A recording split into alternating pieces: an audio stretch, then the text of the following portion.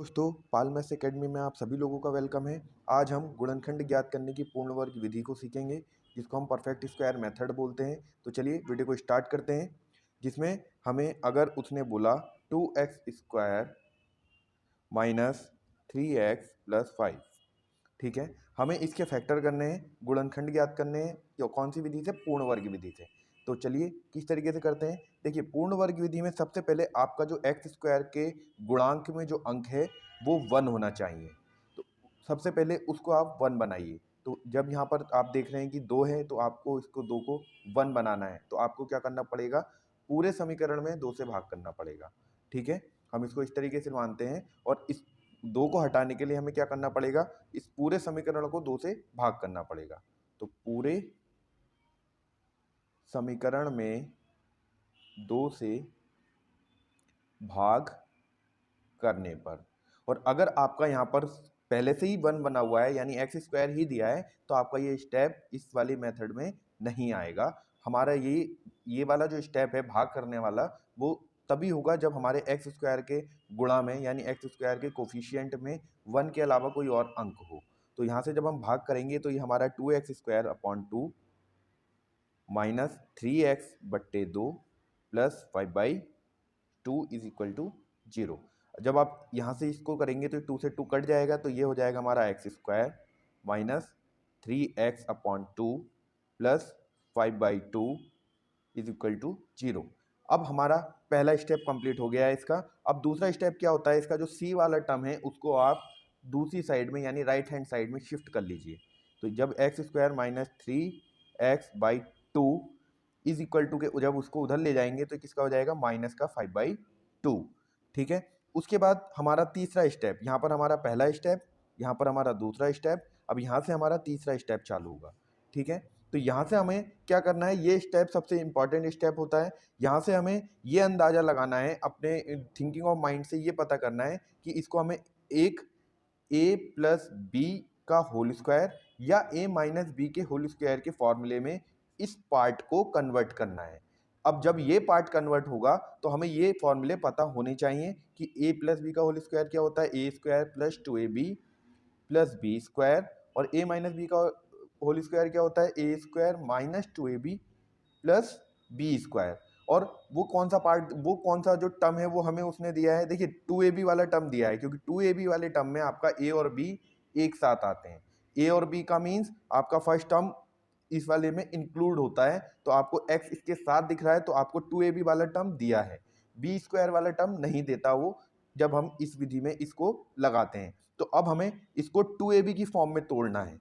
तो x², आपको ये अंदाजा लगाना है कि इसको हम 2ab की फॉर्म में किस तरीके से ब्रेक करें कि हमारी फॉर्म भी 2ab की आ जाए, और जब मैं इसको पूरा सॉल्व करूं तो मेरा ये 3x/2 ही बन जाए, ठीक है। तो यहाँ से हम देख रहे हैं कि 3/2 कब बनेगा? जब मैं इसको 2 इंटू एक्स इंटू 3/4 के फॉर्म में लिखूंगा, ठीक है। तो हमारा क्या हो जाएगा? देखिए, 2 से 4 कट जाएगा, और दूसरा x और 3x एक साथ आ जाएंगे, और नीचे कितना आ जाएगा? 2, और ये 3x/2 हो जाएगा। 2ab, यानी b की प्लेस पर उसने हमें क्या देना चाहिए था? 3/4, जो उसने नहीं दिया। तो हम यहाँ पर 3/4 का होल स्क्वायर इसमें ऐड कर लेंगे, ठीक है। 3/4 का होल स्क्वायर क्यों ऐड किया? क्योंकि b² होता है, और हमारी b के प्लेस पर 3/4 है। अच्छा, इधर ऐड किया तो हमने उधर भी हमें ऐड करना पड़ेगा, जो हमारा राइट हैंड साइड में नंबर बैठा हुआ है, क्योंकि हम दोनों साइड को समान रूप से लेकर इक्वली, हम जो चीज़ लेफ्ट हैंड साइड में करनी है वही हमें राइट हैंड साइड में करते हैं, ठीक है। अब देखिए, ये a² minus 2ab plus b² की फॉर्म में आ चुका है। तो अब आप क्या करेंगे? इसको फॉर्मूले में ही कन्वर्ट कर लेंगे, x माइनस 3/4 का होल स्क्वायर, ठीक है। अब आपको ये फॉर्मूला बहुत आसानी से इस रूप में हम इसको लिख सकते हैं। और उधर क्या करेंगे? उधर हम क्या करते हैं? माइनस 5/2 प्लस 3 का स्क्वायर कितना होता है? 9, और 4 का स्क्वायर कितना होता है? 16, ठीक है। आपने इस तरीके से इसको कन्वर्ट कर लिया है। अब थोड़ा सा उस उधर का पार्ट इसको सॉल्व करते हैं, इधर का हम सेम इसको उतारते जाते हैं। उसके बाद क्या होगा? माइनस 5/2, और जब देखिए इसके बाद आप इसका एलसीएम लेंगे, 2 और 16 का एलसीएम कितना होगा? 16, ठीक है। 2 का 16 में कितनी बार में भाग होता है?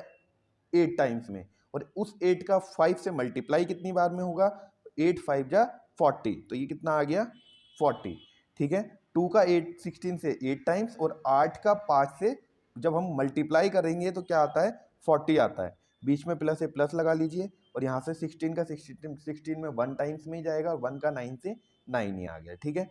अब -40 + 9 कितना आ गया -31 अपॉन 16 और यहाँ क्या चल रहा है हमारा 3/4 एक्स के साथ माइनस में और उसका स्क्वायर।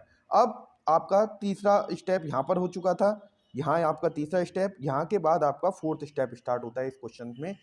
फोर्थ स्टेप में क्या होगा हमारा, देखिए फोर्थ स्टेप में हम इसके राइट हैंड साइड वाले पार्ट को स्क्वायर वाली फॉर्म में लिखते हैं कि इसको हम किस तरीके से लिखें कि स्क्वायर आ जाए।